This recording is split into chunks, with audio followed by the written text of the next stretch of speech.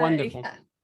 Yeah. But before we get into that, I'm going to allow everybody to introduce themselves here. First, we'll start with Nicotine. Actually, I'm gonna interrupt real quick as just a kind of housekeeping real quick. So thank you all for attending. I didn't get to say that earlier. So I'm Jessica with the Dallas Public Library, and I am the one that set this up. And thank you all so much for our moderator and our panelists for doing this today with me. Everyone's mics are muted, but if there is a point later on for questions, we are going to allow you to unmute, but feel free to use the chat to put any questions that you're going to have throughout the discussion that we're having here today.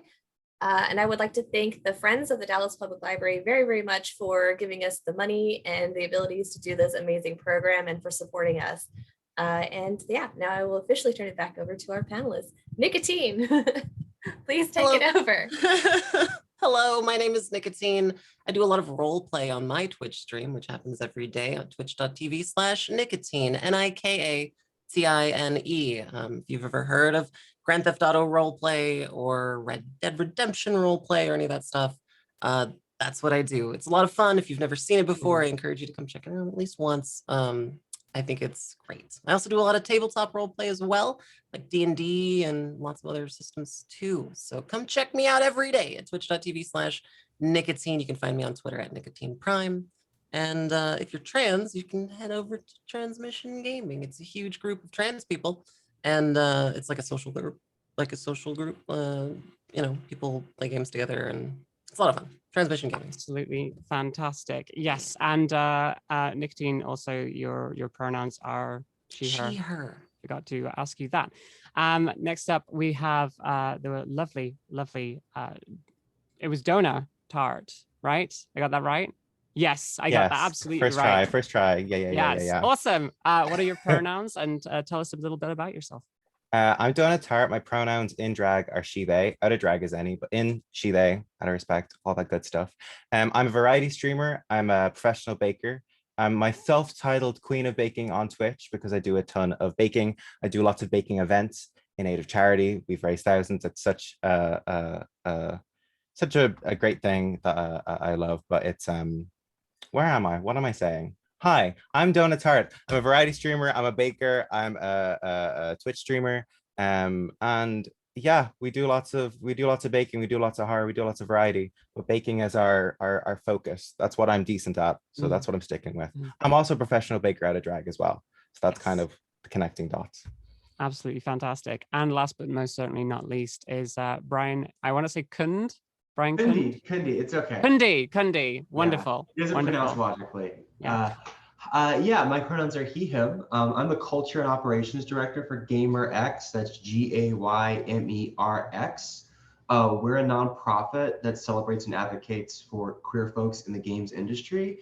We began as a convention in 2013. I've just been involved pretty much since the start, either training staff or helping run the event. And at this point, I kind of guide our internal policies, programming. I lead our training and consulting services. We do a lot of diversity and inclusion work in the industry and teaching companies how to do these things better in the workplace and their content. Most recently, in terms of things I can talk about, like Dead by Daylight talked about, that we're involved with them right now, doing some of that work. I come from a different angle. I'm not a streamer. I'm actually a therapist. I'm a clinical social worker here in Texas. That's absolutely fantastic. That's great. So I was going to start with some simple questions. I guess we could do something incredibly fun here and do an OTP if you're up for it. Yes. Yep. Okay. Yes. All right. Yes. So Doctor Who and Sonic, why are they an OTP? Oh. So are we talking about the film version of Sonic? Because in the film version of Sonic, the film version of Sonic is clearly hopping between realities with relative ease. And that's something that Doctor Who does all the time and probably doesn't share with very many people. So I feel like Sonic and Doctor Who would have a lot to talk about on their first date. Okay. I see it. I'm very new to the OTP thing, but all I'm thinking is gotta go fast, goes really fast through space. They both are very fast people, therefore fast personalities, and they must get on like a wildfire. You know, they're the kind of people that are always working nonstop. They're never going to see each other. But when they get to meet, it's love. but then they're always busy, you know. The Busy doctor's people. brain goes a mile a minute. Yeah, like I Busy can see that. people. I can see that. Brian, any Very much they make each other slow down, right? And like Sonic goes really fast, right? So his perception of time is probably already really, really weird.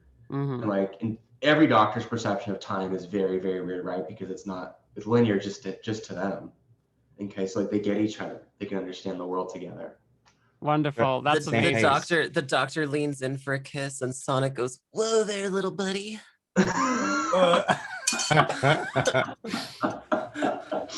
So next question.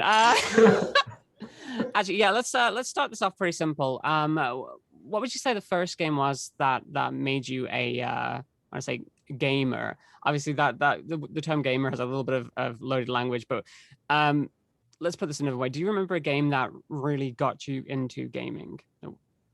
What did that for you? For me, it was StarCraft Brood War, because my dad was really into StarCraft Brood War, and he helped me build my first computer when I was like 11 or something, because he wanted somebody to play with. That's super cute. So I learned how to build computers with my dad, and we played StarCraft Brood War. We learned about home networking, and we played games together all the time. We still play games together every Wednesday. Oh. Yeah. Brian, did you what kind of first games got you into being a gamer? I mean, I liked other games as a kid. I weirdly liked BattleTech's Mech Warrior series. I say really because like I was realizing that was not meant for 10-year-old me, but I played it. Definitely the first game I like had heartstring feels for was Link's Awakening. I think the one where like when I think of gamer, I think of like this is my community, right? Not just the feels. Definitely Pokemon. I mean, the shirt, obviously, right? We're like, I want to know everything about this, and I want to be involved in it, and I want to talk about it all the time. And that didn't stop for like 15 years. Fantastic. Just slow down a little bit. And Dona, what first games made you a gamer? So the first ones that I remember playing and being like into was, I think it was Doom on PC. But then the absolute flip of being like, oh wait, hold on, I see myself in this, was Ocarina of Time. Because like Sheik and like Link wearing like a dress and having piercings, I was like, oof, I'm loving all this kind of fantasy stuff and the like androgyny and all this goodness. I'm loving it. But Doom was definitely the first one. Big flip. Oh, that's awesome. I'm hearing a lot of Zelda here too, which I'm a big fan of. Wrong side. There we go. Lovely.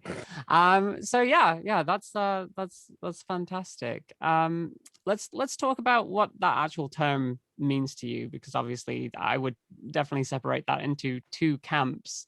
Now there's the term gamer, which just generally means, you know, a person who plays video games, who is into it. And then there's the term gamer with the capital G, or gamers TM as we like to call them. And that's your more less nice versions of gamers who seem to be quite prevalent on the internet. Let's put it like this. How does being like an out and proud gamer with a Y, G-A-Y there, help push back at the culture that we've been seeing of gatekeeping and oppression? Any takers? Well, I think that being queer in the sphere of gaming is something that's really kind of inherently what's the word that punk rock uses all the time? It's kind of punk rock. I think that because there's such a big focus on straight cis, usually men being you know, gamers, that it can be kind of upsetting to a status quo that there are so many queer, or you know, just very queer people involved in games. And I think that queer people have a lot of reason to be involved in games. A lot of us got our, you know, kind of queer awakenings from video games. Like, I'm sure we all made Sims of ourselves as kids, kind of like living out a fantasy, right? Is that just me? That might just be no, 100%. No. I would most of us probably played the girl in Tenchu because we just really liked, she had better finishing moves, right, guys? She just had better finishing moves. That is definitely a thing there, like games allowing that escapism where you can just create your own character. Queer people definitely have a stake in gaming culture, and it seems reasonable that there should be like a queer contingent of gamers that aren't the cardboard cutout cis white male, sweaty Dorito dust encrusted, pounding energy drinks all day long type of gamer. I totally understand that. Follow that up as well. We can still encrust ourselves in Dorito dust. Don't get me wrong, but we can be queer about it. Yeah. We can use chopsticks. I imagine like you'll probably have examples of that among your own communities and things that you've done yourselves that would essentially go to show how queer gamers in general are pushing back against that perceived notions of what it is to be a gamer. Do you have any experiences with that? Obviously, yesterday we did a fantastic tournament that was just queer focused, and I know there's a bunch like it. I know at GamerX you do a lot of stuff like that. Yeah, so I mean, we began as a convention years ago with the idea of like, we want a convention space that is for queer people, because in 2012, 2013, huge online community at that point for queer gamers globally. But big events, there might be a panel, there might be like an unofficial party, right? There wasn't a space where folks could be themselves, and that was supported, all weekend. And that really spun into conversations around, okay, we can have this like fun event, but there's a lot of us, and a lot of us are already in the industry, and even going to like oral histories and talking with folks. I have a clinical person from grad school, genderqueer person here in Austin, that used to do clinical work, does consulting work. They worked in Ultima Online before they were a clinician. Like, we've always been involved in this industry. We've always been here, but somewhere in geek culture, there was this narrative that this was just for cis hetero white guys, and that's just never been true. No, definitely not. It's never been true. And it's so often now seen as just like, well, it's always kind of been seen as a boys' club, but that's definitely changing over time.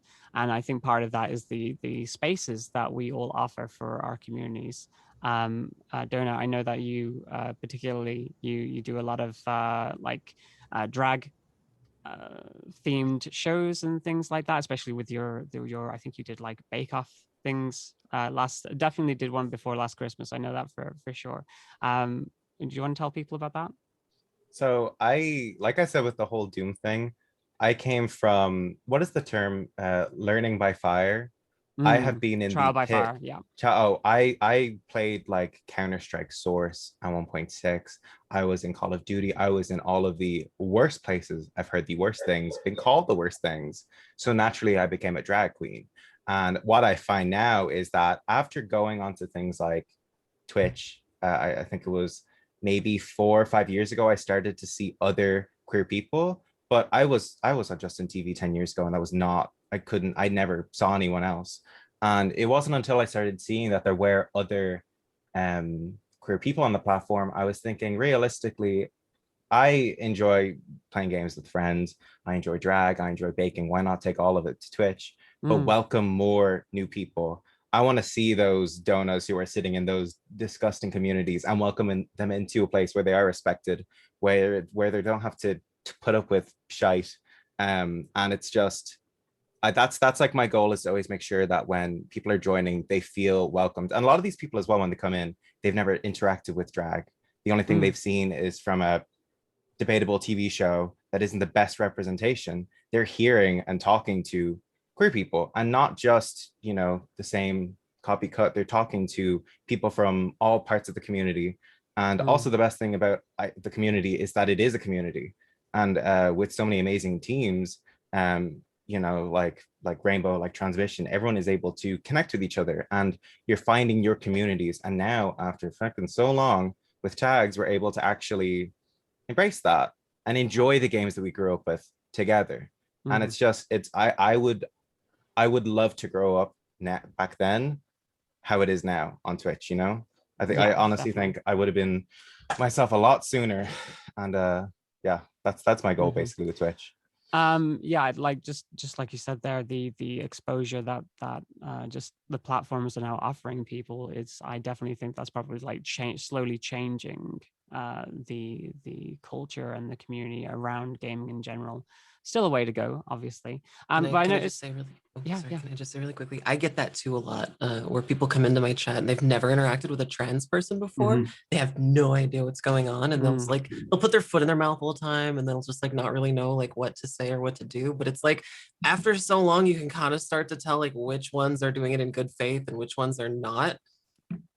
Mhm. You can't tell sometimes. You Sometimes you're can't like, tell sometimes. Sometimes it's impossible to tell, but sometimes it's very, very so often you can kind of sort of start to see like which ones are doing it in bad faith and which ones are just dumb.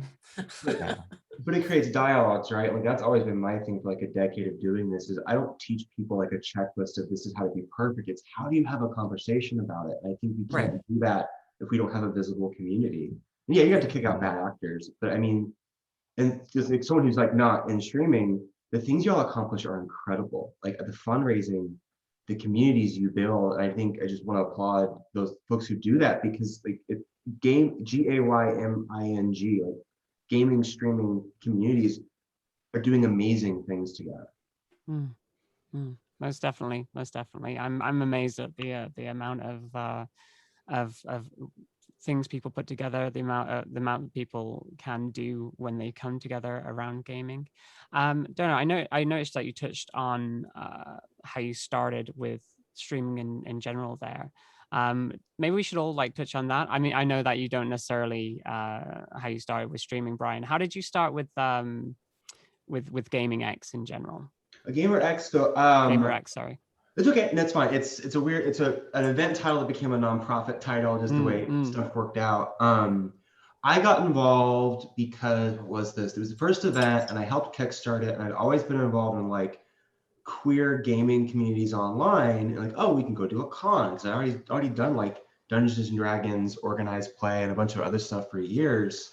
And I just wanted to run some really gay Pathfinder. It's all I wanted. So I want to run this. And then at some point, it's like, well, we want to make sure we train our staff to create a safe and inclusive space, even if they're just people running a tabletop game. And being a good social worker, I'm like, I want to hear more. And then it became, I'll do it. There's no one to do it. You don't know where to find someone. And 10 years later, it's my halftime job. I just, because I love doing it. I love talking about it. I love working with gamers. I love that I can be a therapist and social worker in gaming, which is not a thing and I would have ever imagined, but I am. That's that. I was gonna say that's so wonderful, and it's weird because there's kind of like a through line there. It's not that different to what the streaming experience is like in terms of the communication aspect there. I imagine other people can probably speak on that as well. Nicotine, just for you, how did you get started with streaming? How did you get into that? First of all, I just want to say, Brian, gay Pathfinder, best Pathfinder. Yeah. What started me with streaming was I really wanted to be a pro Overwatch player. It's so embarrassing. I wanted it so badly. I was watching Seagull on some Twitch stream. I was like, I could do that. And it turns out I can't. I'm terrible at it. I'm very, very, very bad at it. So I can't. But I found out that there are like a lot of people on Twitch who are queer and trans. And I started to realize that, like, you know, you can be a streamer who's not a pro Overwatch player. You can just do things to interact with an audience rather than, you know, be trying to be professional and sweaty at a game.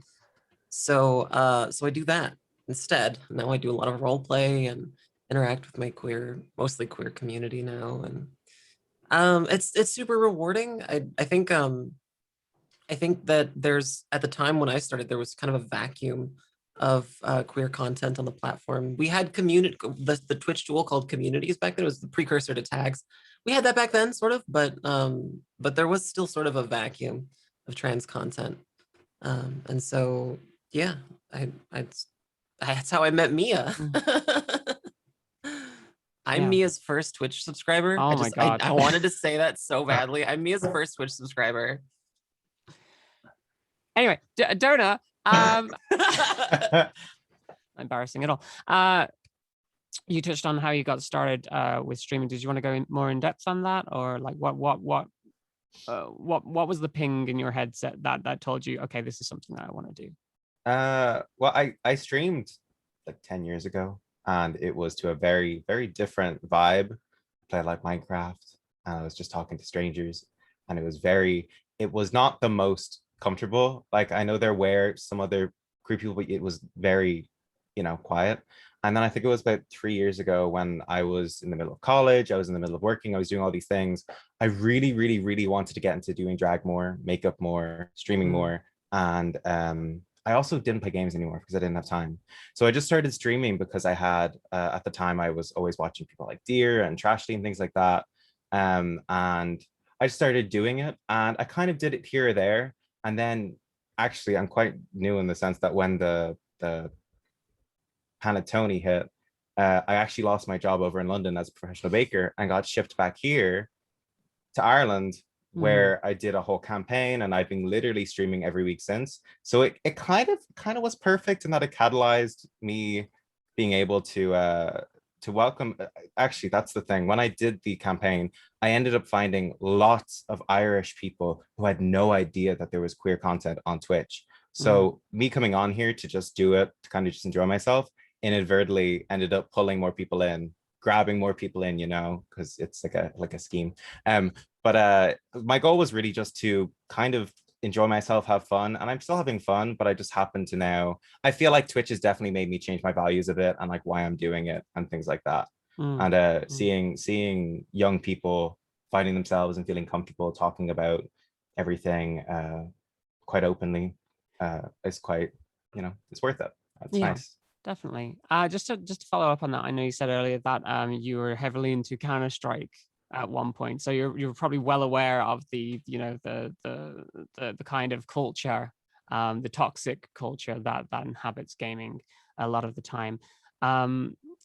Would any of you say that kind of culture has had an effect on you, and what has your experience been with that more toxic side of the gaming culture? Feel free to jump in if you want to, Dona. What was it like for you, like transitioning out of? Well, I still touched back in every so often, but I went under different names because I love the game. I think it's really fun. It was like a thing I grew up with. But I played with my friend, and her and I together. It was a duo that we were just inevitably going to get so much hate from. But the thing is, we were really good at it. So when they smack talked us, we were really good. And then from that, I've experienced a lot of awful stuff from it. But from that, I've kind of built up the shield. So when Twitch came along and a troll came along, it was easy. It was fine. I've heard everything. It's easy to brush off. But I know that it's not on anyone to brush something off from past experiences. And I just happen to be a very non-caring person, luckily. But it's a community. It's the community that kind of pushes me away. And I think that, as well as Valorant now. Valorant is slightly better, but it's still just the same of not being welcome to femme, to queer, to anything like that. And I know a lot of friends who do play these games don't use the voice, and that's why I feel like games like Dead by Daylight do very well, because there just is no voice options, and there's no way of getting hate until after, So it sucks, but it's definitely still there. And when I go back every so often, it's very apparent. Sucks. Nicotine, quick thing with you. I know you've probably experienced a bunch of like similar things as a ambassador for Twitch and like one of the faces, I would say, of Twitch. You're probably under a lot of scrutiny from particular sides of that culture. Would you say you've had? How have you dealt with that? Let's say. Well, I like to tell people that my mods are hungry. They're starving. And the only thing that they want to eat is shitters. In my chat. Oh my God. I have a Discord channel in my Discord that is just screenshots of all of the horrible things that people have said to me in my chat. I call it Project Lord. And they have it on Discord in perpetuity so that I can feed it someday into an AI that will hopefully help moderation tools in the future, like be able to catch stuff before it happens. I've offered it to Twitch many times. I've offered it to third parties many times, but for the meantime, we'll just keep building it up. It's years, honestly, years worth of like the most vile things that people could possibly try to, and it's like Twitch culture in general is one that is very steeped in like anonymity, right? It's like the internet itself. It's like it's very anonymous. And when you become anonymous, you really are kind of tested, like what kind of a person you are. Are you the kind of person who's still going to exhibit, you know, basic social niceties, or are you going to become an absolute goblin? And lots of people just become goblins as soon as they become anonymous. So to that end, we ensure that every person who is a straight up goblin in my chat is reported and hopefully banned off the platform. We're probably responsible for thousands of accounts being permanently banned from Twitch. Wonderful. Great. Just to follow that up, Brian, I know as someone who works with GamerX and as part of this nonprofit, what has been your experience with that side of the gaming culture that usually targets more, you know, women and LGBTQI people? What has been your experiences with that?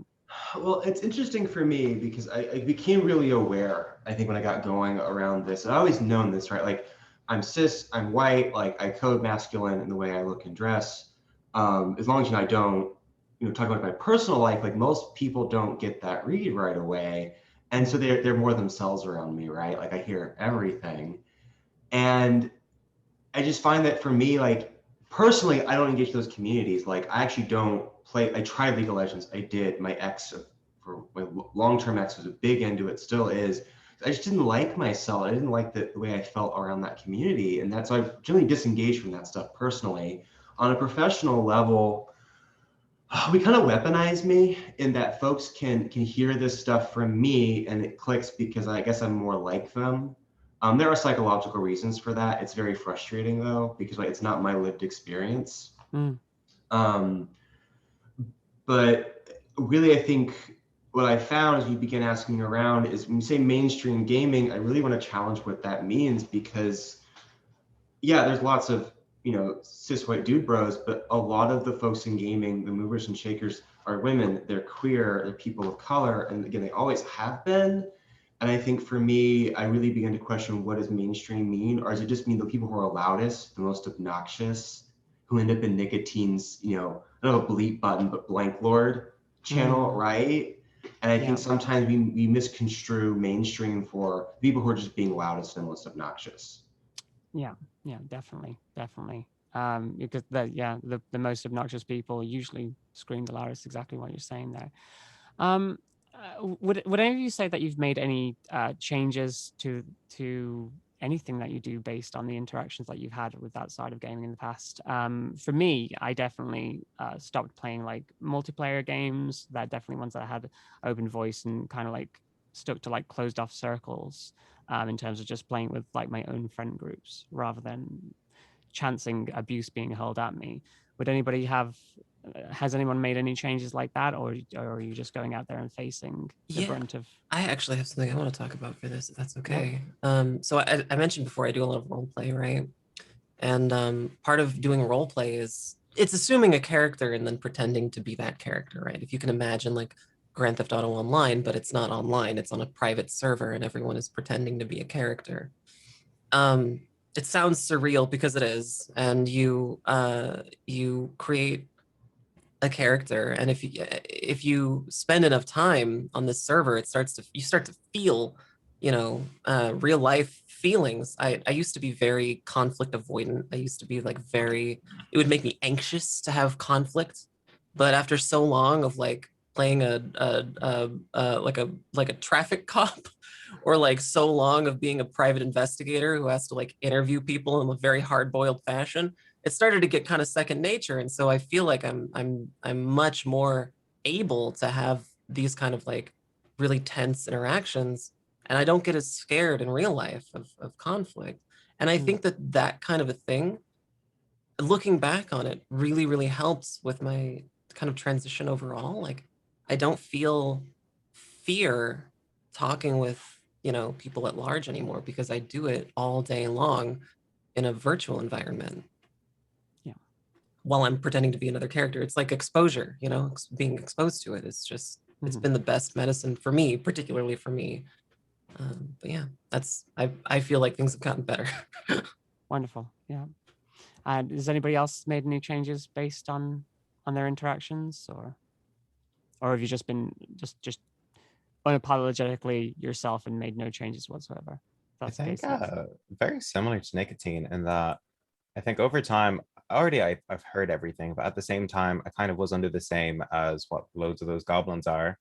The being anonymous, no one knows who I am, like having random names that they don't know. Now I'm very unapologetically have, well, I don't say Donatar, I say Donashart on all of my stuff. And I'm very vocal now and very, even in real life, I'm a lot less apologetic about, I don't know, wearing makeup in public and things like that, because I just don't care anymore. I've heard the amount of things that people say, and I know that comes from them just being, that's their problem, you know?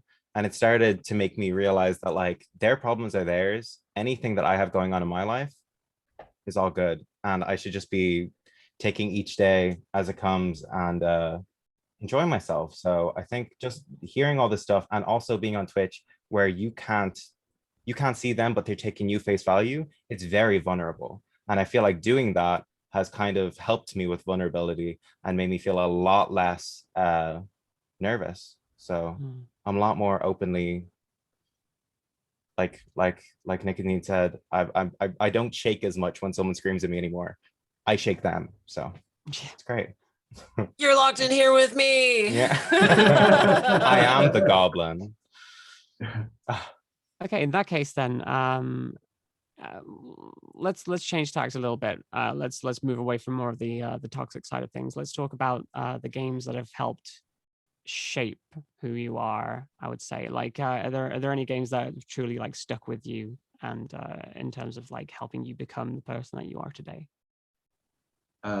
I talk a lot about this on another panel we do. We talk about like queer identity formation through games. We did them at every PAX for like a little over a year. You can find recordings. We'll probably do one again at some point. But for me, it's always Final Fantasy X, which is Yuna is the main character. Don't at me. But for me, it's like in growing up in Texas, it's, you know, there's a church every 10 feet. You know, it's very religious. You're kind of expected to just go through these motions. And at 17, playing a game about someone who explores what that means and realizes they don't want that and need to figure out something else to do with who they are and who they really want to be. That was super powerful at 17. So at this crossroads of like, I was so in the closet.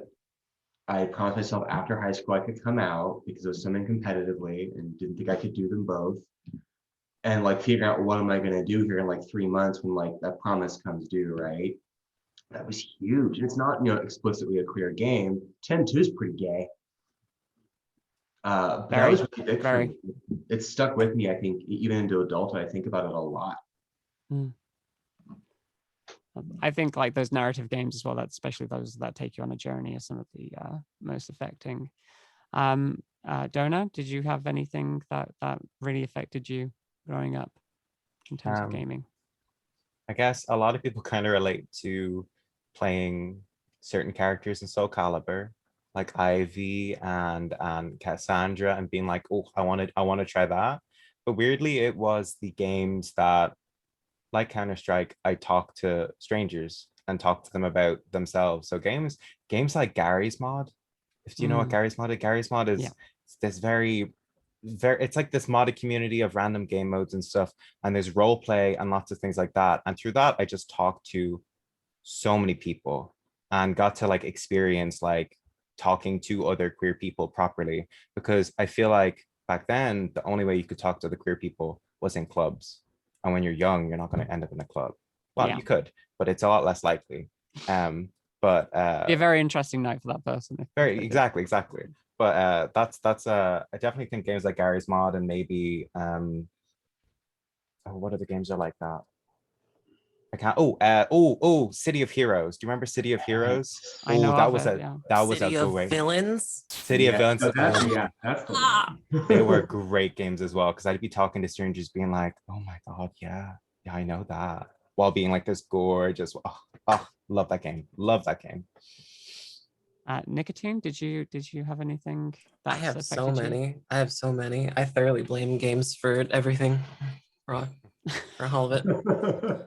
I mentioned it briefly earlier. Tenchu. I think games like Tenchu for so for those of you who aren't super PlayStation nerds from 2002 era, Tenchu was a game that was like a ninja game.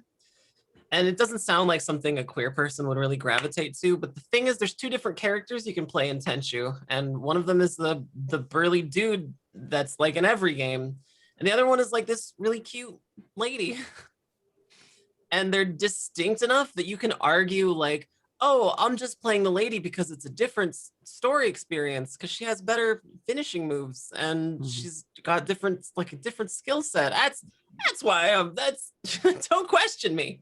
Don't question me. And Tenchu was a pretty formative thing for me. Devil May Cry as well had that. The second Devil May Cry, everybody pans it. Everybody hated the second Devil May Cry, except for me, because you could play as the cute like lady in it. Heck Games yeah. like that where you can absolutely kind of like sort of argue like, it's just because I want to play the game, not because I want to be a lady, were like huge for me as a kid. They were huge for me. I would find all the GTA like cheat codes, not for like unlimited health or for like lowering your, wanted level, but for changing your character skin into a lady. I could definitely see what you're saying there. For me, it was Mass Effect, that series. Yeah. With me. Games like The Sims too. The Sims was extremely formative because it allowed you to have like a this kind of really cathartic release of all of these, pent up emotions that you couldn't tell your parents, you couldn't tell your friends. It's extremely isolating to be a queer kid. And extremely isolating. And so having something like The Sims be like an outlet for me was huge. I could just make myself how I wanted to see myself and like experiment and stuff in this entirely safe like virtual environment that my parents wouldn't know how to log into. It was video games. Touching on that, that actually brings me to another question I want to quickly ask, and get an answer to just before we move on to viewer Q&As. Everybody mentioned like growing up. If there is one thing that you could tell your younger self about your future, what would that be? Let's start with you, Dona. Oh, Jesus. What piece of advice or what would you tell them to help them get through those times? I guess I don't know. We can circle back. Does anybody else? I might, because I'm terrible with speaking. That's okay. Okay. Kid me had no concept of time past like puberty. I don't know. I've heard that this is like a very common trans experience, and it's that kid me like could not fathom time like as an adult. I like didn't understand that your life was just gonna go on. I thought maybe in the far future, like after my parents were dead and all my friends had left and I was somewhere completely where nobody knew me, maybe then I would transition, where no one would know me and I'd emerge like a beautiful butterfly from a horrible chrysalis. But it doesn't really work like that. And so I would probably tell my kid me like, it's gonna be okay, just do it. Nobody cares. Your parents don't care. Like nobody cares. It's fine. You're fine. Brian, what would you tell your younger self? Well, I want to say nicotine, it absolutely is like a common queer youth experience. I see that in practice. I see it in literature. Like it's just so hard to imagine a life beyond like where you're at, because you can't see past it and it sucks. And I had that experience too. I think for me, I would have the advice of like, you can be all of these things, because even into adulthood, I realized I had this like weird compartmentalization of like queer identity and geek identity and online identity, right? And then professional identity came in, and I'm like, oh, I can't mix all of these things and all the parts, right? And I think Dona, you kind of had a similar experience. Like you can be all of these things at once publicly, and not only is it okay, but like it's your best life. And that's been my experience the past 5 years. Like this is exactly, I didn't know it, right? But this is exactly what I always wanted to be and do. I just didn't see I could put it all together. Yeah. Donna, have you thought of anything in particular? I think actually, honestly, same with puberty and everything like that. I guess just saying it all makes sense at the end of the day. Because growing up, I am pansexual and I'm also non-binary, but I didn't know any of that. I was like, okay, there's two sides of everything: straight, gay, man, woman, and that's all I knew. And I was like, none of this is ever making sense to me. And even puberty was a weird time because everything's going on, and you're like, well, it doesn't make sense. It makes sense, and that's all I'd say is it does make sense. And sorry, we mentioned Sims. Thinking of Sims, that is a major game. Sorry to reel back a bit. There was always me, this like blonde dude, whatever, but I always had this really hot, tall, red-headed girlfriend for some reason. Just I don't know why. And now it's starting to make sense. I'm like, oh yeah, the girlfriend. Yeah. But yeah, it all makes sense is what I'd say to myself. Makes complete sense. Yeah, I can definitely like understand you all there, like wanting to go back and be the support for ourselves that we never had growing up. I can definitely feel that. Right, let's move on to some viewer Q&As. I've been fed some by the wonderful Jessica behind the scenes. So let's start with this one. What are the panel's thoughts on streamers that aren't part of the community and their obligation to show support or speak on community topics? Like, say you're a big streamer that isn't part of the community. What is their obligation to help out and speak on these things? Does anybody want to go in on that? Yeah, I think every streamer has an obligation to keep their chat at least from becoming like a tidal wave of just garbage. I think every streamer has a responsibility as an influencer, to absolutely maintain like a community that's not a danger to queer people. I think it's extremely irresponsible when streamers wield viewers in a way that's detrimental to the mental health of the queer community. I think there's a lot of streamers who do that too. I think there's a lot of streamers who perpetuate this kind of mentality, this attitude, and it's very easy for Twitch chat to believe that. It's difficult, I think, for lots of people to really wrap their minds around like what Twitch chat really is. It's a super organism. It's Twitch chat is really born out of this idea that I'm anonymous and I'm a part of a much larger whole. It's a lot of bigger streamers, like their chats will just be emotes, and it'll be some person starts like an emote chain and everybody else will start doing the same emote. So it's like you can be a part of a much larger thing, and the streamer is really the conductor for this train. So if the streamer has some questionable opinions about queer people, then the train is going to go off the rails. So it's important that streamers of all sizes maintain an attitude or a Twitch chat at least that's not harmful. Did anybody else have any thought on that? Brian, what's your opinion on like people using their platforms if they are? I'm a big fan of the idea that allyship is great, but I want you to be an accomplice and a co-conspirator. And I think streamers, especially ones with platforms, wield so much power, and they have the opportunity to affect change with their privilege in ways that I think it's hard. And, honestly, queer folks, like, we're exhausted. We're tired of explaining this. And there's a reason there's this big movement. Like, if you're going to have us explain this to people, you're going to start paying us for it. Yeah, it's so much labor. Mm-hmm. That's a big one. The folks are trying. I also think I want to see the platforms themselves hold their personalities more accountable, and then give them guidance. Because think about this, some of these big esports folks, some of these big streamers, like, they're young, they're 18, 19, 20, if they're out of high school at all sometimes, and no one's helping them understand that you have a responsibility, and here's the skill set to manage that. Mm-hmm. Mm-hmm.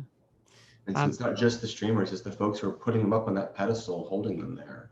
Yeah, definitely. I do feel like there's some earnest for the actual platforms themselves, as well as like developers and publishers to do something to set that example for people. Donna, did you have anything to add on that one? What do you think of personal responsibility in terms of big platform holders? See, like you said, anyone who streams, anyone who's on, has a big following, they have a platform. Straight up, that is what they have. They have a platform. And it's important, obviously, to be held accountable, but I also feel when there are these big streamers and big issues are happening, or there's a movement, or there's a month dedicated to something, when they don't go at least the minimum of educating themselves, yet coming out here saying these like big statements, matter of fact, they are influential to probably thousands of children who are like the queer kids looking for the queer communities, these other kids who are just looking for people that are like them, like their games like Fortnite and stuff. They are looking for people like them. And when they hear these big matter of fact statements, it is so dangerous, because that's another person that you've almost got to unwind and almost wait for the queer community to hold them accountable, which in itself is always, it's not straightforward, you know? So I always feel it's so frustrating to see people with humongous platforms not even sitting down and watching a 10-minute video on YouTube just to understand why these movements are important and why it's crucial that them just to say, this is not okay in my chat. This is why we don't have this. I'm not asking you to wave the pride flag. I mean, it'd be nice, but I'm not asking you to wave the pride flag. I just want you to be vocal and say, that's not cool. That's fucked up, you know? Yeah, sorry, definitely. That's beeped up. Definitely. Like just to follow on that there is a particular big streamer, I won't put their name here, let's call them a Pokemon instead, Greninja, that said that it wasn't his responsibility to teach parents, children about racism, which you can kind of get where he's coming from, but at the same time it doesn't really hold any water when you think about, well, where are they getting those racist ideas in the first place if he's saying it's the parents' responsibility? It's a little bit ridiculous. So yeah, I definitely think a lot of people have more to do. Speaking of platforms, another person has asked, what are the pros and cons to being visibly queer on online platforms? Does anyone want to jump in on that? I would like to jump in on this. As a visibly queer person on a platform, I would like to say that there are a lot of cons. There will always be people who will find you and try to say the meanest thing they can think of. There will always be people who will be there to ensure that that they can, you know, try and do everything they can to grind their boot down a little harder on you. Pros are that every so often you will find in your inbox a message from some kid in the Midwest or from some struggling adult in the East Coast or somewhere saying, I'm so glad I found you. I don't have anyone else to talk to about this. I think I'm queer and you've really helped me come into myself and learn more about this community. And I'm sorry. It's just, it's worth it. It's worth it. Definitely. I feel that completely too. Derna, what would you say some of the pros and cons to being as visibly queer as you are on the platform? Like Nicotine said, the cons really do weigh you down sometimes. Sometimes all you can see is the cons because the pros just seem so everyday. And even just doing like things that people don't even think of, like having things like trying to lock down like security and things like that, making sure that you yourself are safe. That is something that I feel like so many people on the platform don't even have to think about. They don't even have to think about, oh, does my PayPal have this? Does this, if I post this picture, will it show my, doxing yourself and things like that is terrifying. And I've had people send the worst things through PayPal, all this stuff, trying to find out where I was. And it's terrifying. But like finding like young queer people who are like, I didn't know what I was, who I was, but being here has made me comfortable to even just try out new pronouns. That's one thing I love. I love when someone has, because there's the pronoun extension. They're like, I'm trying this out. Do you mind? And I'm like, I don't. Yeah, of course. But what was something I was gonna say? Oh, that's the other thing, is that the pros is that having the community, I feel there is a circulation of kind of the same people. They'll get to talk more. I feel like we're all kind of like in on something almost, because we already have a connection of being different. And we already feel, when I go into a chat and I see their pronouns in their bio and things like that, I'm always like, I feel comfortable here and I feel safe sending my community here. And in that way, we kind of almost have this big community out of it. And it's just something that it outweighs those cons 1,000%. And Yeah, very quickly, just to follow up on that, Brian, I'll shoot this one at you because we've got a couple of minutes before we jump into closing here. Does anyone have any tips for finding other queer games to play with and finding a community? Obviously, with your work with GamerX, you might know a thing or two about that? So this is tricky because we talked a little bit, it's touched on how like a lot of queer spaces are adult spaces, and I feel that. I grew up in the wild west of the internet, is what I call it, where I could get away with being 15, 16, 17 in spaces that were not really meant for me, but no one, there's no rules, no legal scares. There's two things you can do. The first one is, because right now the pandemic, I always recommend finding Twitch streamers you like and seeing, do they have a Discord? Are they part of the Twitch team, like Rainbow Arcade, Trans Team, all of them, right? Because those teams then in turn have other communities and Discords, which are fantastic ways to sort of feel out, what do I like, what do I not like, have a lot of control and privacy. A lot of cities do have gaming groups. They're a little harder to find between the multiple platforms. This year there's actually Houston Gamers, which is really, really organized. Austin's is kind of so these days. Can I plug a business? Is that okay? Am I allowed to do that? I think so. I would assume it's fine. Go for it. I'm from Dallas. I live in Austin. I'm from Dallas. Common Ground Games is queer owned, and so is the comic shop next to it, Zeus Comics. Wonderful. And so look through those businesses that are geeky and queer owned, because they're gonna create those spaces, even if not explicitly queer spaces. Because like I said, I help run an event, but we won't have a con again until 2022. So I never tell people to rely on a con because they're expensive and they're hard to access, and sometimes they happen infrequently. But definitely the online communities are where you start, because what you'll actually find if you stick with those is groups of people you'll realize are actually a lot of people not far from you. Like I was involved in text RPGs for the longest time, and I have a community with that 20 years now. Honestly, I'm still connected with them doing these things. We may meet up again for the first time in a decade after the pandemic. Yeah, that'll be nice when we all get a chance to do things after the pandemic. But definitely start with streamers, and we'll try to move into Discords from there, and then see is there a queer geek group in your city, and if usually they're for adults, but sometimes they'll accommodate young people depending on what's going on. If you are a young person, definitely see if there is a queer youth resource in your area, because more and more of those organizations have geek programming, because there's lots of us. We're geeky from birth, right? And so those venues are creating those kinds of programs like this. All right.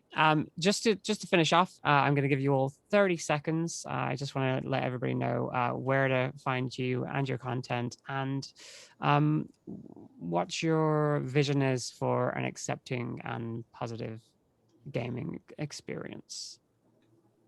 Does anyone want to jump in on that? My name or is just Nicotine. Promote yourself. My name is Nicotine. I do a lot of role play coming out at twitch.tv/Nicotine, NIKATINE, every day, where I do that role play. Also, twitter.com/Nicotine Prime. My vision of a perfect community is one that bridges the gap between cis and trans and queer. I like to be able to perform to everyone, and hopefully ensnare some cis people into our belief structure. So coming out, it's a lot of fun. Okay, Dona, tell people where they can find you. Hopefully this is better. So I do lots of variety and lots of drag and lots of horror, but we do lots of baking over on my channel throughout the week. My days are a little messed up, but I always post it on Twitter. But I'm on every single week doing fun bits. But predominantly, the main thing I always focus on is upcoming. I'm hoping to have more bake-off events. I've had them over the past while. We've had Pride, we've had Winter, we had a couple more. But it looks like we might be having a pretty big, nice, chunky one that'll hopefully raise a ton for charity. And that's something to look out for. And yeah, I'm excited about that. So donatart.com has all my socials, and it's pretty much the same everywhere. Brian, where can people get in touch with you and GamerX? GamerX, GAYMERX.org, then has links to all of our socials. We're mostly active on Twitter. I am on Twitter, but I take some vowels out of it, so it's hard to spell. That's No World for Tomorrow, but tomorrow is TMRRW. My team and I are often at every PAX when they're in person. So if you're ever at a PAX, look for us in the Diversity Lounge. We should be returning to having in-person events in 2022. If you are someone trying to get moving in the game industry, we generally do a GDC scholarship program. And we are hoping when GDC goes back in person, we will sync in with that as well. So you're looking for, ways to get into that for networking, keep an eye on our website. If you are a company or organization looking for help finding better ways to do this, we do consulting on diversity and inclusion. Reach out to us, we'll work with you, we'll make programming, we'll make trainings. We love doing it. And that helps us fund things like that scholarship and those events for queer gamers. Fantastic. Okay, so I guess it's time to wrap up. I just want to thank all of you for giving up your time to be here and sharing all of your experiences and information with everybody else. I've been Miabyte. You can find my stuff over at twitch.tv/Miabyte and at the Miabyte on Twitter. But yeah, I think we're pretty much done. Thank you so much, everybody, for popping on over, and have a great day wherever you are. Keep gaming. All right, thank you all very much. Great. And I will send an email to everybody with all their information as well. So thank you, panelists, moderators, all of you. Thank you all so much, you lovely, lovely souls. Thank you. This is fun. wonderful. All right, thank you I would all. come back in a heartbeat. You guys are so sweet. Me too. Yeah. You have my information. Awesome. Thank you. Thank you so Have much. a good one. Bye.